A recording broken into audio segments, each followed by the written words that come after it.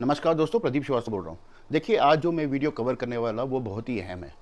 मैंने इनफैक्ट इस चीज़ पे कई बार इस वीडियोस को बनाए हैं और मुझे नहीं लगता कि आपने इस पे तवज्जो दी है। और अगर आपने दी है तो बहुत अच्छी बात है, अगर नहीं दी है तो थोड़ा-सा इसको ध्यान से देखिए।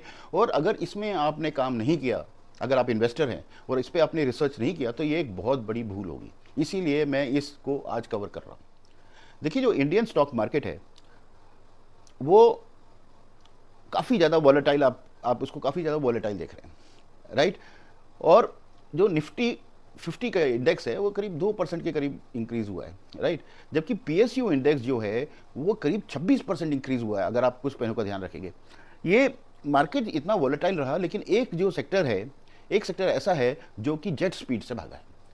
और वो जो सेक्टर जो जेट स्पीड से भागा है वो है डिफेंस सेक्टर। इसीलिए मैं ये पांचवी या छठी बार डिफेंस सेक्टर के बारे में कवर कर रहा हूं, और इसको गौर से सुनिएगा, नहीं तो बहुत बड़ी भूल होगी। राइट, डिफेंस सेक्टर जो है वो उसका पॉजिटिव ट्रेंड एम्पलीफाई होता जा रहा है।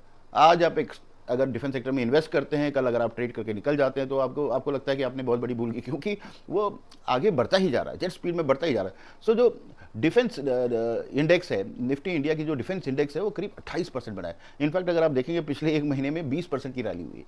सो डिफेंस सेक्टर जो है बढ़ता ही जा रहा है, आउट परफॉर्म कर रहा है। और अगर इस मोमेंटम में किसी इन्वेस्टर ने इसका बेनिफिट नहीं लिया, तो ये एक बहुत बड़ी भूल होगी।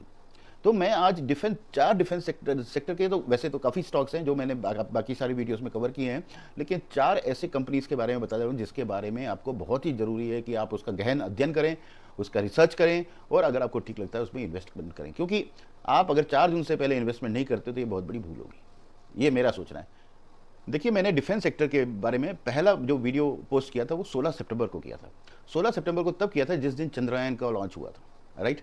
उसमें डिफेंस सेक्टर के अलावा स्पेस में जो कंपनीज काम करती हैं उनके बारे में किया था। तो मतलब सब्जेक्ट ही जो वीडियो का था वो रॉकेट स्टॉक्स का था, राइट? उसके बाद 21 मार्च को मैंने इमर्जिंग सेक्टर्स की एक वीडियो निकाली थी, जिसमें मैंने 2024 में कौन से इमर्जिंग सेक्टर्स रहेंगे उसके बारे में निकाला था। तो उसमें भी डिफेंस सेक्टर के बारे में बात की। 10 अप्रैल को मैंने डिफेंस सेक्टर्स के बारे में बात की, 21 अप्रैल को मैंने डिफेंस सेक्टर्स के बारे में बात की, और अभी मैंने रिसेंटली 1 मई को मोदी 3.0 करके एक वीडियो निकाला था, जिसमें मैंने उन सेक्टर्स की बात की थी जो पॉसिबली अगर सेम गवर्नमेंट आती है, जिसमें हमें काफ़ी ज़्यादा अपॉर्चुनिटी या बेनिफिट दिखेगा।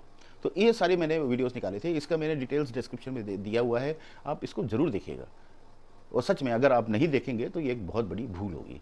चलिए इसके बारे में बात करते हैं। सो मैं 4 पीएसयू स्टॉक्स के बारे में बात करने जा रहा हूँ, स्पेशली डिफेंस सेक्टर की ही बात कर रहा हूँ, जो आपको पढ़ना बहुत ज़रूरी है। वैसे तो डिफेंस स्टॉक्स काफ़ी सारे हैं जो मैंने बाकी वीडियोस में कवर किए हैं, कोई भी ख़राब नहीं है, बट ये पर्टिकुलर 4 स्टॉक्स हैं जो मुझे बहुत ज़्यादा पसंद है। और मैं इसमें इनकी परफॉर्मेंस देख के मेरे को लगता है कि इसमें एक इमेंस अपॉर्चुनिटी है गोइंग फॉरवर्ड। सो पहला जो कंपनी है जो मुझे पसंद है वो है Hindustan aeronautics limited. Hindustan aeronautics limited सारे जानते हैं। हिंदुस्तान एरोनॉटिक एक पब्लिक सेक्टर एंटरप्राइज है जो कि एरोस्पेस और डिफेंस में काम करता है। इनफैक्ट अभी काफ़ी महीनों से वो काफ़ी ज़्यादा चर्चा में रहा है। और अगर आप देखें तो पिछले 2 दिन में, ठीक है, पिछले 2 दिन में ये तो इसने तो बेहद कमाल कर दिया। जब से इसके रिजल्ट आए हैं इसके बाद तो ये रुक ही नहीं रहा है, ये इतना अच्छा इसकी परफॉर्मेंस आ गई। सो जो ये HAL है, ये नॉट ओनली मैन्युफैक्चरिंग में काम कर रहा है, अब ये एक्सपोर्ट्स पे भी काम करने लगा है। और एक्सपोर्ट्स के लिए they are looking for big opportunities and they are eyeing on countries like Argentina, Nigeria, Egypt, Philippines, और इनफैक्ट इन्होंने कुछ एक्सपोर्ट ऑर्डर्स ऑलरेडी भेज भी दिए हैं, राइट? सो ये कंपनी जो है, इसका जो ऑर्डर बुक है वो काफ़ी बढ़ता जा रहा है और काफ़ी स्ट्रांग है, और एक्सपोर्ट्स भी शुरू कर दिया है, राइट? अभी अभी रिसेंटली इस HAL को जो ऑर्डर मिला है वो ऑर्डर मिला है टू हिंदुस्तान 2228 कम्यूटर एयरक्राफ्ट का मैन्युफैक्चर करके उसको डिलीवर कर सप्लाई करने के लिए, राइट? और ग्राउंड हैंडलिंग इक्विपमेंट के लिए बोला है, ग्राउंड सपोर्ट इक्विपमेंट के लिए बोला है। सो ये एक अभी रिसेंट ऑर्डर मिला है।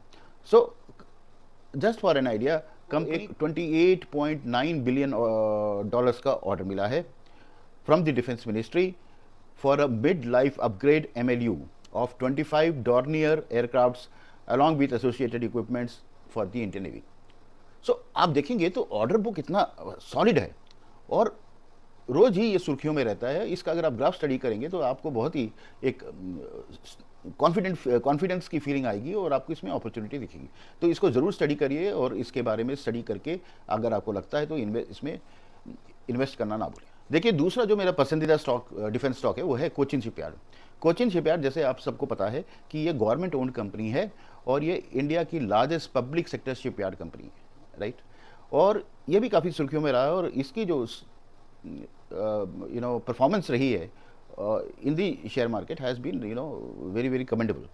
सो ये भी इंडिया डिफेंस मैन्युफैक्चरिंग स्पेस पे काम करते हैं और इनके पास भी काफ़ी सारा ऑर्डर बुक है, राइट।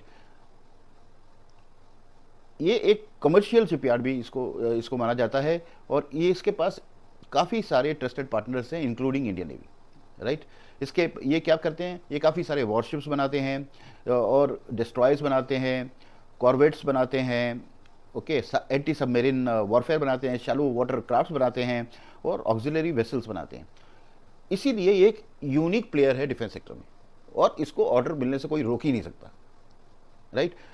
और इसको अभी कोचिन शिपयार्ड को एक यूरोपियन क्लाइंट से उसको ऑर्डर मिला है जो कि है हाइब्रिड सर्विस ऑपरेशन वेसल के लिए, इसको एसओवी भी बोलते हैं, और इसमें 2 वेसल्स के लिए ऑर्डर मिला है। तो ये काफ़ी बड़ा ऑर्डर है।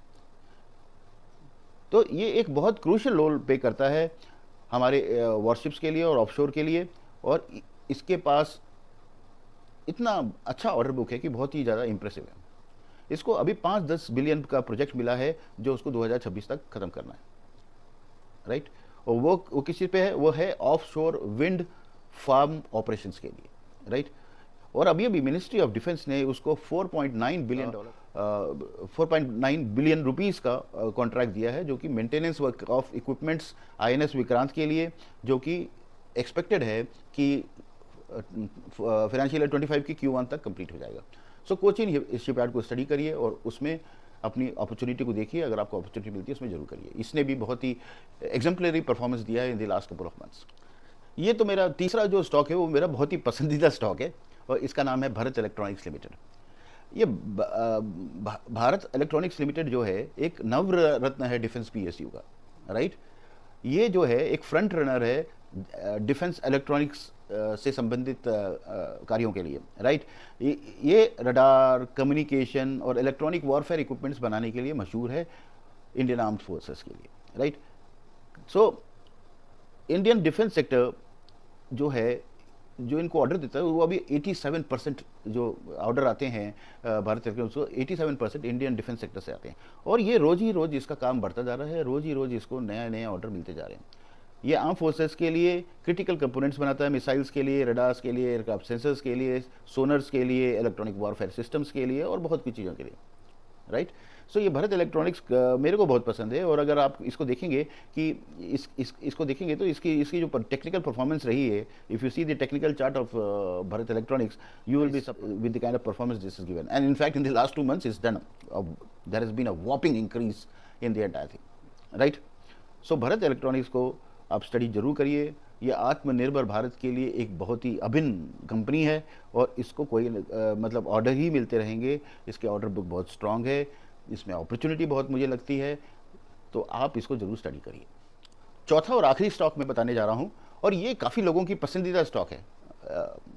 इसका नाम है मैज़ागॉन डॉक शिप बिल्डर्स। सो मैज़ागॉन डॉक के नाम से सब लोग जानते हैं और ये काफ़ी ज़्यादा मैज़ डॉक के नाम से सब जानते हैं और ये काफ़ी अच्छी कंपनी है।